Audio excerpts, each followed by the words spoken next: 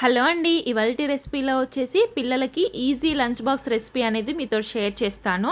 ఇలా చేసి పెడితే పిల్లలకి బాగా నచ్చుతుంది. ఒక్క ముద్ద కూడా వదలకుండా తినేస్తారు. ముందుగా స్టవ్ పై బౌల్ పెట్టేసుకొని దాంట్లోకి 2 టేబుల్ స్పూన్ ఆయిల్, తర్వాత కొంచెం చెక్క, లవంగ, సాజీరా, యాలకులు, బిర్యానీ ఆకు ఒక 2 వరకు యాడ్ చేసుకొని దీంట్లోకి ఉల్లిపాయల్ని, అదేవిధంగా కొంచెం పచ్చిమిర్చిని, కొంచెం కరివేపాకును వేసుకొని ఈ మూడిటిని బాగా మిక్స్ చేసుకోవాలి. ఇలా ఉల్లిపాయలు వేగిపోయిన తర్వాత దీంట్లోకి టమాటోస్ని యాడ్ చేసుకోవాలి. బాగా పండిన 2 టమాటోస్ తీసుకొని వేసుకొని దీన్ని కూడా బాగా మగ్గించుకోవాలి. ఈ విధంగా ఆయిల్లో మగ్గిపోయిన తర్వాత ఇప్పుడు దీంట్లోకి ఫ్రెష్ హాఫ్ టీ స్పూన్ వరకు అల్లం వెల్లుల్లి పేస్ట్ యాడ్ చేసుకొని దీన్ని కూడా బాగా వేయించుకోవాలి. చిటికెడు పసుపును కూడా యాడ్ చేసుకొని బాగా మిక్స్ చేసుకోవాలి. ఈ విధంగా కలిపేసుకున్న తర్వాత ఇప్పుడు దీంట్లోకి కొంచెం కొత్తిమీరని సన్నగా తరుక్కొని యాడ్ చేసుకోవాలి. ఇవన్నీ ఈ విధంగా వేయించేసుకున్న తర్వాత ఇప్పుడు దీంట్లోకి ఒక 1 టీ స్పూన్ వరకు కారం యాడ్ చేసుకోవాలి. టేస్ట్కి తగ్గట్టు సాల్ట్ యాడ్ చేసుకోవాలి. తర్వాత 1 టీ స్పూన్ వరకు ధనియా పౌడర్, కొంచెం గరం మసాలా వేసుకొని వీటన్నిటిని బాగా కలిపేసుకోవాలి.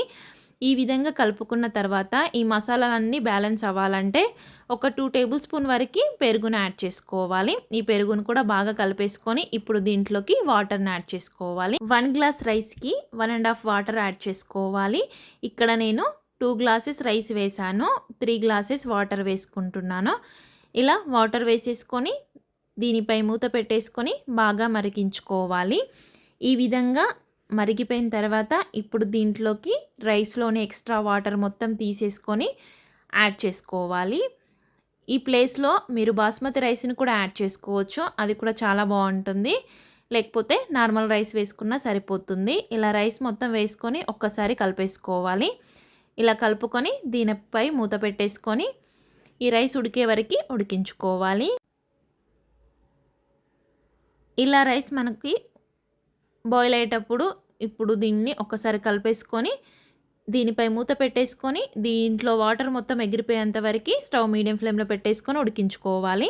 రైస్ మొత్తం ఈ విధంగా రెడీ అయిపోయిన తర్వాత ఇప్పుడు దీంట్లోకి నెయ్యిని యాడ్ చేసుకోవాలి. నెయ్యి వేసుకుంటే చాలా బాగుంటుంది.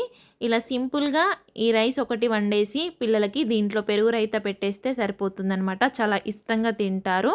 దీంట్లోకి ఏదైనా కర్రీ కాంబినేషన్ అయినా చాలా బాగుంటుంది. మసాలా కర్రీ చాలా టేస్టీగా ఉంటుందన్నమాట.